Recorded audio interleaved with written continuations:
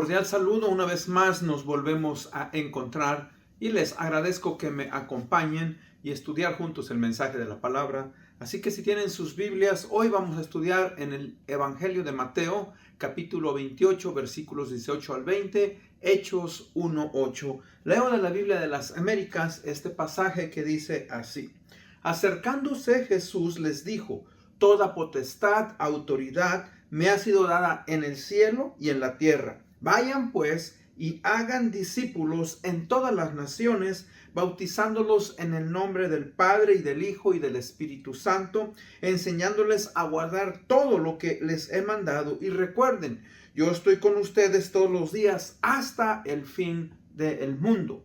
En Hechos 1:8 el Señor Jesucristo le dice a sus discípulos: pero recibiréis poder cuando haya venido sobre vosotros el Espíritu Santo, y me seréis testigos en Jerusalén, en Judea, en Samaria y en toda la tierra. Oremos. Padre, gracias por el privilegio y la oportunidad de poder estudiar tu palabra. Señor, gracias por todos estos hombres y mujeres, Padre, que son misioneros, que van a otros lugares, dejan, Padre, sus hogares, dejan su tierra y van a servir, Padre. Bendice a toda esta gente y ayúdales a continuar adelante en extender el reino de los cielos aquí en la tierra. Te amamos, te honramos y te agradecemos por nuestro Señor Jesucristo, quien fue el primer misionero que dejó el cielo y vino a esta tierra a morir, a dar su vida en rescate por nosotros los pecadores. Estamos agradecidos eternamente contigo por todo esto. Esto lo pedimos en el bendito nombre de Cristo Jesús, nuestro Señor y Salvador. Amén.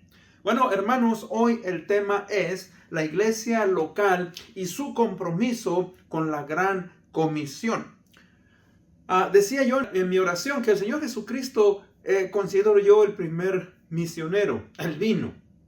Él, siendo Dios, abandonó su trono y vino a esta tierra y con una misión. La misión era el de venir a morir en la cruz del Calvario. Antes de eso, ¿verdad? Ministró, compartió el evangelio y les dijo a las personas: alegraos porque el reino de los cielos se ha acercado. Ahora, también el apóstol Pablo fue uno de los grandes misioneros que han existido en la iglesia primitiva, y han existido miles de personas que han abandonado y han dejado sus hogares, han dejado su tierra, han ido a otros lugares para servir.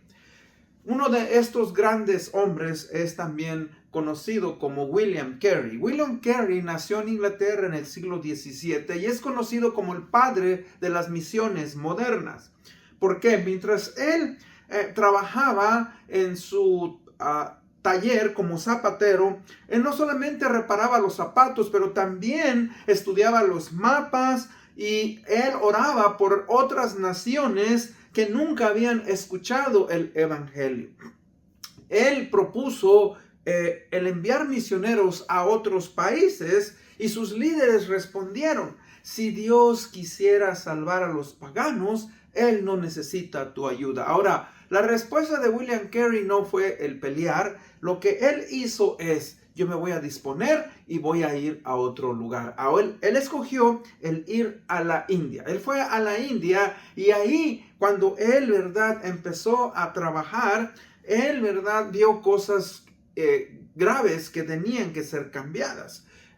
Él, por ejemplo, en la India tradujo la Biblia a diferentes lenguajes que se hablaban ahí, fundó iglesias, él preparó pastores y combatió por prácticas que eran inhumanas que se aplicaban. Porque recuerde, el evangelio, mis hermanos, viene y cambia la cultura. Y cuando digo cambia la cultura, cambia la manera de pensar que no es positiva, que no es moral y que va en contra de principios morales establecidos por Dios. Algunos se oponen al evangelio porque dice que cambia las tradiciones y cambia las culturas. Pero aquello que es incorrecto, obviamente debe de ser cambiado. Y en este caso, él, ¿verdad?, trabajó en eso. William Carey, entonces, pues, comprendió una verdad que sigue siendo vigente hasta nuestros días. O sea, que la iglesia existe ¿para qué? Para glorificar a Dios haciendo discípulos. Y eso es lo que nuestro Señor Jesucristo está diciendo aquí. Dice que Él se acercó a sus discípulos y les dijo: toda potestad, toda autoridad me ha sido dada tanto en el cielo como en la tierra. Y ahí es donde Él está enviando a ellos, y no está solamente a sus discípulos de aquellos tiempos, de todos los tiempos. La misión, mis hermanos, de la iglesia no consiste únicamente en reunirnos para adorar los días domingo o los días de servicio, a ayudar a las personas que tienen sus necesidades como miembros. Y digo necesidades, pueden ser de salud, espirituales, morales, etcétera, sino el de cumplir el mandato de hacer discípulos a todas las naciones. ¿Cómo? Pues proclamando el evangelio del Señor Jesucristo y discipulando a aquellos que reciben al Señor como su Señor. Por eso nosotros debemos de entender eso. Toda potestad, dice, me es dada en el cielo y en la tierra. Jesucristo es Rey, Jesucristo es Señor. Él, mis hermanos, nos está dando esa orden. Y por eso, pues, entonces, primeramente, ¿verdad?, vemos la autoridad sobre la cual descansa, ¿qué? La gran comisión. Fíjese que esto tiene un significado grande. Este significado es que la obra misionera no nace de la iniciativa humana de los hombres. Aunque sí Dios usa a los hombres y le dijo a sus discípulos: vayan, pero nace del mandato de nuestro Rey soberano Jesucristo. Y la iglesia tiene que obedecer. ¿Por qué? Porque Cristo tiene la autoridad, Cristo tiene el poder. Él promete su presencia en cada uno de aquellos que salen a predicar el evangelio hasta el fin del mundo. Por eso Él dice: toda potestad, toda autoridad me es dada. ¿Quién es quien da la orden? Pues es Jesucristo. Fíjese que Jesucristo, mis hermanos, no está hablando solamente como un maestro, no está hablando, ¿verdad?, como un gran hombre. Él está hablando como el Rey del universo. Él está hablando como quien ha dado, ¿verdad?, todo por venir también a traer salvación a este mundo. Entonces, recuerde una cosa: Cristo posee toda la autoridad.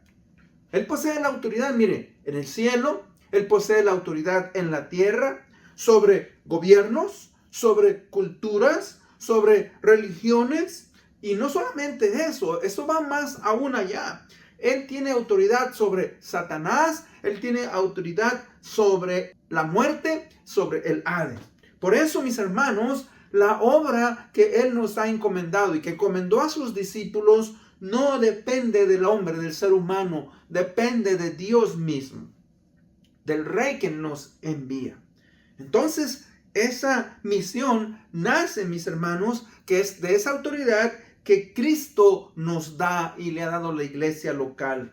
Entonces, no es una sugerencia, no es algo opcional, no es un ministerio exclusivo, o sea, es un mandato. Por eso Él dice: vayan y hagan discípulos. Es un imperativo. Cuando nosotros damos una orden, no es si quieres, si te gusta, es vayan.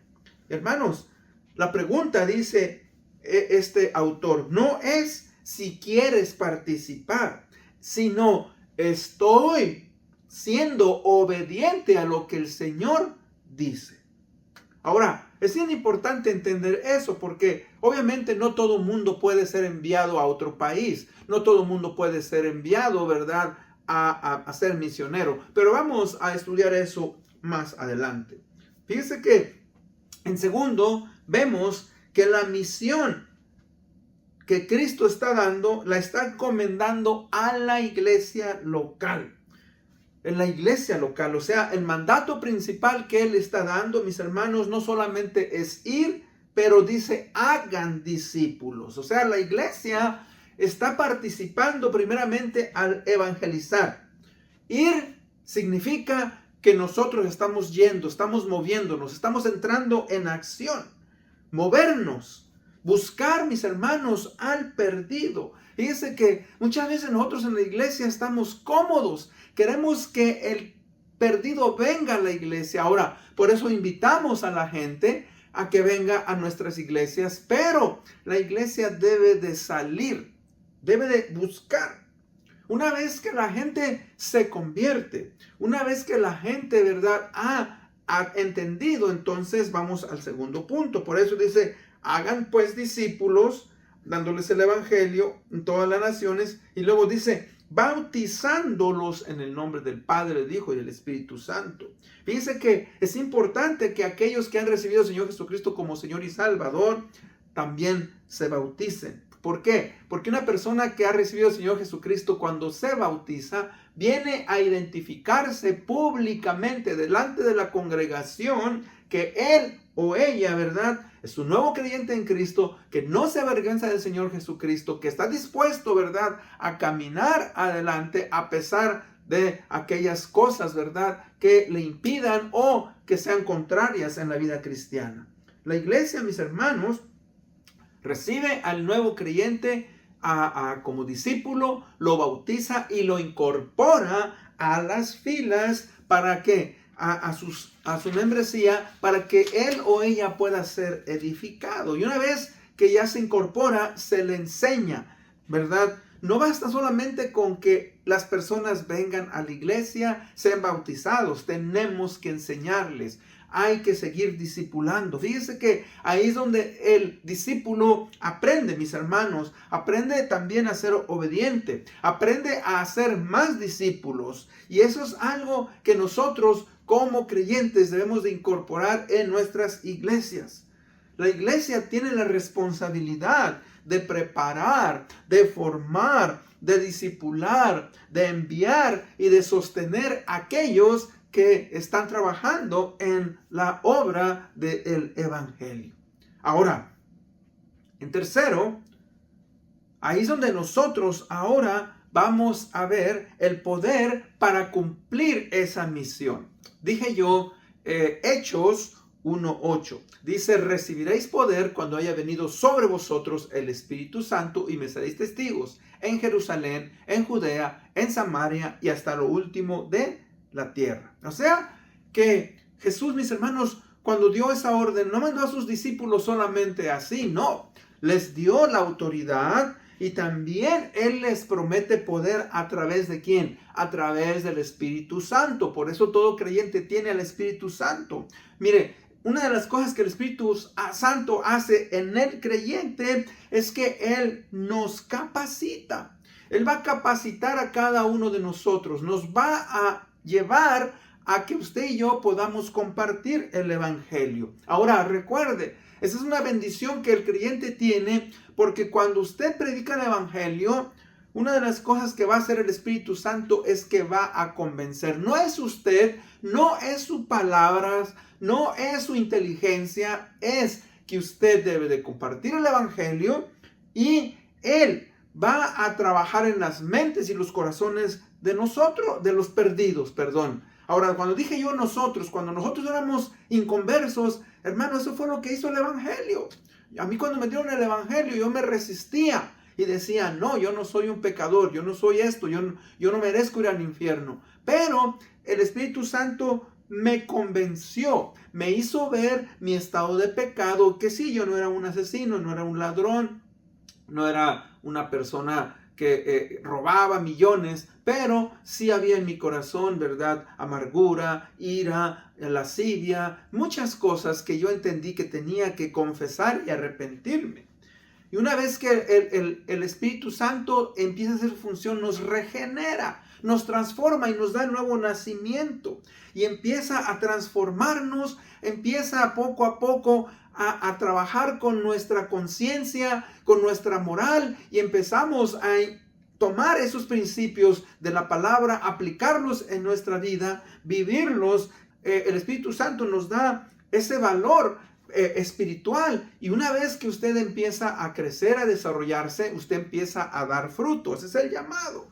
Fíjese que el Espíritu Santo, mis hermanos, es quien dirige que la expansión del evangelio. Es lo que decía yo antes que íbamos a explicar, porque dice, me seréis testigos en Jerusalén, en Judea, en Samaria y hasta lo último de la tierra. Ahora, recuerde una cosa, la iglesia primitiva, la primera iglesia nació en Jerusalén. Y ellos, ¿verdad?, se empezaron a concentrar. El apóstol Pedro, Santiago, Juan, todos ellos empezaron a compartir. Y hubo días en que hubo una conversión de 5,000 personas. Otro día, personas se convirtieron, otros 3,000. Y dice la palabra, cada día el Señor añadía a su iglesia los que iban siendo salvos. Fue una mega iglesia que, hermanos, empezó a crecer. Pero Él les dijo, me seréis testigos en Jerusalén, en Judea, en Samaria y hasta el último de la tierra. O sea, que pronto tuvieron que extenderse a otros lugares de Judea, Samaria y hasta el último de la tierra. Y eso es lo que ha pasado el día de hoy. Gracias a que estos discípulos empezaron a predicar el evangelio, el día de hoy, mis hermanos, tenemos iglesias en África, en Asia, en Europa, en Norteamérica, en Sudamérica, en todos los continentes. Y se nos sigue llamando, mis hermanos, a predicar el evangelio. Fíjense que sí, la misión comienza cerca, pero nunca termina ahí. Recuerde, cuando dice Jerusalén, hoy en nuestros días, nuestro Jerusalén es el lugar donde residimos, donde usted está en su iglesia local, donde usted es miembro. Ahora usted comparte el evangelio. Decía yo, no todos vamos a poder ir a otro país, no todos vamos a poder ir a otro continente, pero la iglesia hace su función ahí en su localidad, en su comunidad. Predicamos el evangelio. Cada uno de nosotros, mis hermanos, como miembros de la iglesia, como creyentes, tenemos esa responsabilidad. Hay gente que me dice, pero yo no tengo el don de evangelismo. Y no todo mundo tiene el don de evangelismo, pero ¿sabe qué? Todo mundo tiene la responsabilidad de compartir el evangelio y de apoyar, ¿verdad?, a través de su testimonio y dar el evangelio a otros. Ahora, número 4, ¿cómo debe de responder una iglesia comprometida con la gran comisión? Ahora, primeramente, la pregunta es, ¿qué es un compromiso? Bueno, un compromiso, recuerde, es aquello que nosotros hemos decidido hacer. Por ejemplo, alguien te invita a una comida, te invita a algún lugar y te dice, tal fecha quiero que por favor vengas conmigo. Ahora, usted le dice, ay, fíjate que no puedo porque ya tengo un compromiso, tengo una cita, ya alguien me había invitado a una boda, voy a salir de un viaje. O sea, la palabra compromiso viene de estar comprometido.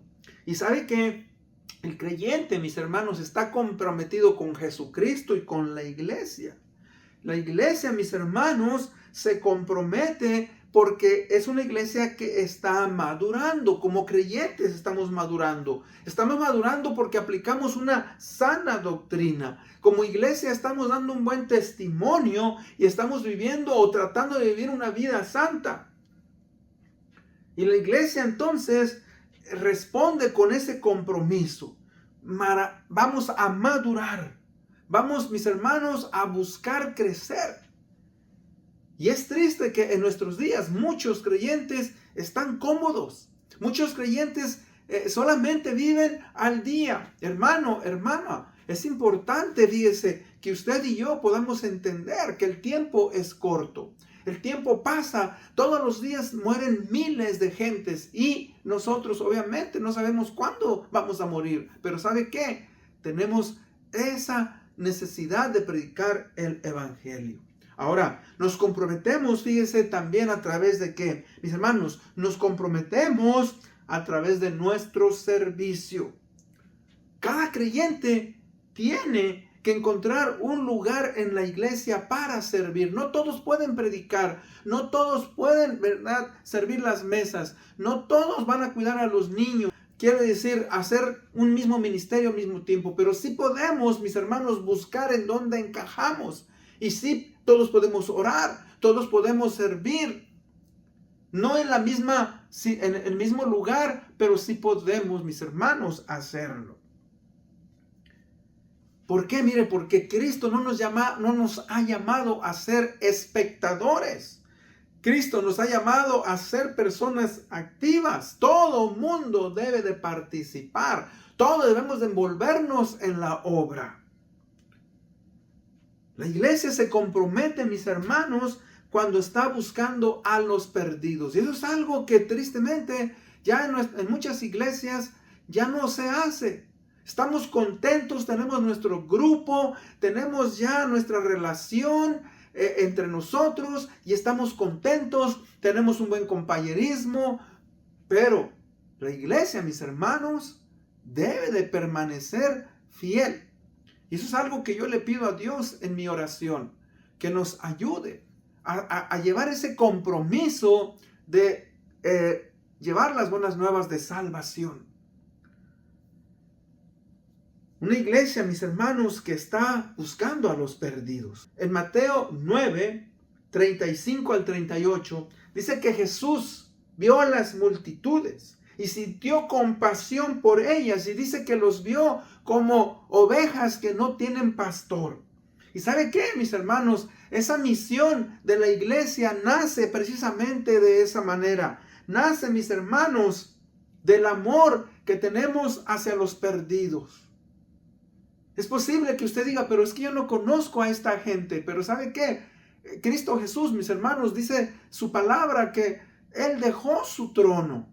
Dice allá en Filipenses 2:5 en adelante, haya pues en vosotros este mismo sentir que hubo en Cristo Jesús, el cual siendo en forma de Dios no estimó el ser igual a Dios como algo que aferrarse, sino que se despojó a sí mismo tomando forma de siervo, hecho semejante a los hombres y se humilló a sí mismo. O sea, Cristo Jesús, mis hermanos, vino a este mundo y usted sabe, lo crucificamos, lo cacheteamos, mis hermanos, lo escupimos. Y digo, lo hicimos porque si hubiéramos estado ahí con la turba, también nosotros lo hubiéramos hecho. La iglesia debemos de buscar a los perdidos. Es una iglesia, mis hermanos, que se compromete porque los envía. Usted participa, mire, orando. Si se prepara, usted puede sostener a obreros. Podemos participar económicamente. Usted puede ir a otro lugar y ser de bendición a la vida de otras personas. Por eso le decía, qué privilegio, mis hermanos, es cuando tenemos y apoyamos a ciertos misioneros para que vayan, mis hermanos, a compartir el evangelio. Usted y yo no sabemos el impacto que va a tener el día de mañana, cuando nosotros oramos, cuando nosotros dimos dinero, cuando nosotros mandamos misioneros, cuando nosotros apoyamos a esos misioneros. No sabemos lo que se ha hecho hasta el día en el cual estemos en la eternidad. Amén.